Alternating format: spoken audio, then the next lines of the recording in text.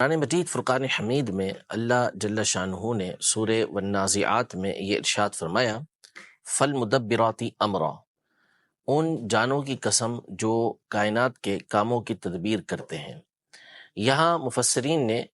مدبرات یعنی کائنات کے کاموں کی تدبیر کرنے والے، ان کو بنانے والے اور انتظام سنبھالنے والے، اس سے مراد فرشتے بیان کیا ہے کہ اللہ پاک نے جن جانوں کی قسم یاد کی ہے اس سے مراد فرشتے ہیں۔ فرشتے تو فرشتوں کے ذمے اللہ پاک نے بہت سارے کام یہ لگائے ہیں، بارش برسانا، لوگوں تک رزق پہنچانا، مخلوق تک رزق کو پہنچانا، روح پھونکنے سے لے کر روح قبض کرنے تک، یعنی بندہ جب ماں کے پیٹ میں ہوتا ہے تو وہاں اس کو مختلف صورتوں کے اندر بنانا، اس میں روح پھونکنا، اس کا نامہ اعمال تیار کرنا کہ قیامت تک اپنی موت کے وقت تک اس نے کیا کرنا ہے۔ پھر اس کے بعد جب بندہ پیدا ہوتا ہے تو دو فرشتے اس کے ساتھ مقرر ہوتے ہیں جو اس کی اعمال کو لکھتے ہیں۔ مختلف اوقات میں مختلف فرشتوں کو اللہ پاک نے مقرر کیا جو اس کی حفاظت کرتے ہیں۔ پھر اسی طرح بندہ ذکر و اذکار کرتا ہے، درود پاک پڑھتا ہے، تو اس کے لیے فرشتے مقرر ہیں کہ جو اس کا درود پاک لے کر کبھی نبی پاک صلی اللہ علیہ وسلم کی بارگاہ میں پیش کرتے ہیں، اللہ پاک کی بارگاہ میں حاضر ہوتے ہیں تو اللہ پاک ان سے اس بارے میں پوچھتا ہے کہ تم کہاں تھے، وہ بتاتے ہیں ڈیٹیل ساری، یہ حدیثوں کے اندر موجود ہے۔ اسی طرح جب بندے کی موت کا وقت ہوتا ہے تو اس وقت بھی روح قبض کرنے والے فرشتے ہوتے ہیں۔ قبر میں بندہ جاتا ہے تو وہاں پر بھی سوالات کرنے والے فرشتے منکر نکیر ہوتے ہیں۔ ٹھیک اٹھایا جائے گا تو وہاں بھی فرشتے استقبال کرنے والے ہوں گے۔ جنت میں بندہ جائے گا تو وہاں استقبال کرنے والے، خدمت پر مامور فرشتے موجود ہوں گے۔ نعوذ باللہ جو جہنم میں گیا تو جہنم میں عذاب دینے کے لیے فرشتے موجود ہوں گے۔ تو یوں فرشتوں کا ایک ربط اللہ پاک نے مخلوق کے ساتھ رکھا ہوا ہے، بالخصوص انسان کے ساتھ، کہ یہ سارے معاملات فرشتوں کے ذمے ہوتے ہیں۔ تو اللہ پاک ہر چیز کا حقیقی طور پہ خود ہی تدبیر فرمانے والا ہے، خود ہی ہر کام وہی فرمانے والا ہے، لیکن اس نے یہ باطنی ذمہ داریاں فرشتوں کو دی ہوئی ہیں۔ جیسے ظاہری طور پر بہت ساری ذمہ داریاں عام مخلوق کے ذمے ہمیں نظر آتی ہیں، ٹھیک تو یہ چیزیں اللہ پاک نے فرشتوں کو ان کے ذمے لگائی ہیں۔ اس کا مطلب یہ ہے کہ اللہ پاک ان کو قدرت دیتا ہے، ان کو حکم دیتا ہے، اور وہ اللہ پاک کی دی ہوئی قدرت اور اس کے حکم سے یہ کام کر رہے ہوتے ہیں۔ تو اب ہمارے نامہ اعمال بھی جو لکھتے ہیں فرشتے، وہ بھی اللہ پاک کی طرف سے مقرر ہیں، حالانکہ اللہ جل شانہ اس کا محتاج نہیں کہ وہ فرشتے لکھیں، وہ بھول سے پاک ہے اور وہ زمانے سے واقع ہے، اس کے سامنے ہر چیز ہر وقت موجود ہے۔ تو اللہ پاک نے فرشتوں کے ذمہ یہ لگایا کہ اس نے ہمارے نامہ اعمال لکھنے ہیں، ہم تک رزق پہنچانے والے فرشتے، بارش برسانے والے فرشتے، موت دینے والے فرشتے، یہ ساری باتیں مقرر ہوئیں۔ تو شب براءت یعنی جو 15ویں شعبان ہوتی ہے، اس میں یہ ساری چیزیں فیہا یفرق کل امر حکیم، یہ سورہ دخان میں اللہ پاک نے ارشاد فرمایا، ایک تفسیر کے مطابق اس میں یعنی اس رات میں تمام کے تمام معاملات جو ہیں وہ اس کو تقسیم کیا جاتا ہے، امور تقسیم کیے جاتے ہیں۔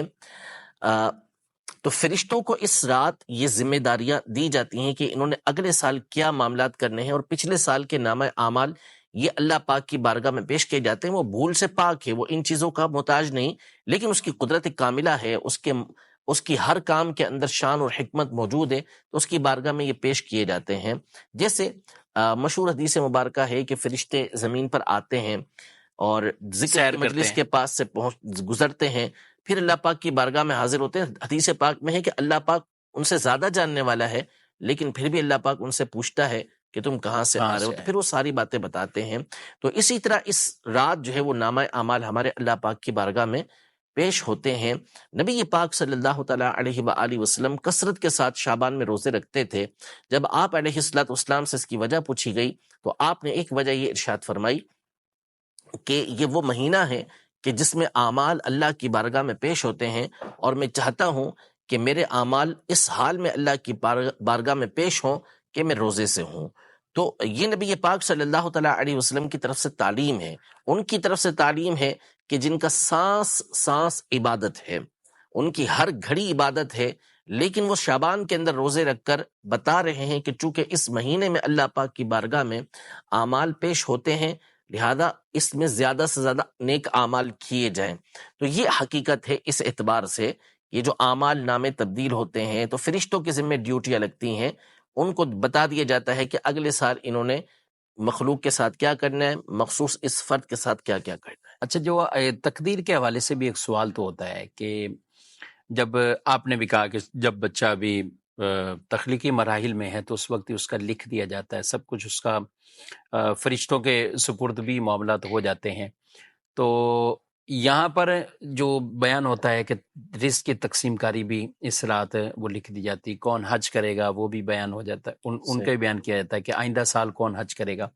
اس کو اور تقدیر کے معاملے کو یہ کیسے؟ دیکھیں، ہر چیز اللہ پاک کے علم میں ہے، ٹھیک، جو بندہ کرنے والا تھا وہ اس نے لکھ دی، لیکن دنیا کے اندر بھی مختلف چیزیں ہوتی ہیں، پورا قانون پورے برسا برس کے لیے لکھا ہوا ہوتا ہے، لیکن ہر سال اس کی کبھی تجدید کی جاتی ہے، کبھی اس کو رینیو کیا جاتا ہے، کبھی اس کے بارے میں بیان کیا جاتا ہے، ان کی ڈیوٹیاں ان کو یاد دلائی جاتی ہیں۔ تو دنیا کے اندر جب مختلف معاملات کے اندر اس طرح ہوتا رہتا ہے تو اللہ جل شانہ کی تو اس میں ہزارہ ہزار حکمتیں ہیں کہ وہ اس رات کی اہمیت کے پیش نظر کہ لوگ اس رات کو سمجھیں، حالانکہ ہر چیز پہلے سے مقرر ہے، وہ اللہ پاک کی کے علم کے اندر ہے، لیکن اب فرشتوں کو اس کا علم دیا جا رہا ہے، فرشتوں کو آگے کے معاملات بتائے جا رہے ہیں، یہ اس بات پر تنبیہ کرنے کے لیے کہ اس رات کی نزاکت کو مخلوق سمجھے اور زیادہ سے زیادہ اللہ تبارک و تعالیٰ کی اس رات میں عبادت کرے، ورنہ اللہ پاک کے علم میں تو ساری چیزیں پہلے سے مقرر ہیں، فرشتوں کے ذمے یہ سال بھر کی ڈیوٹی ایک ساتھ لگائی جاتی ہے۔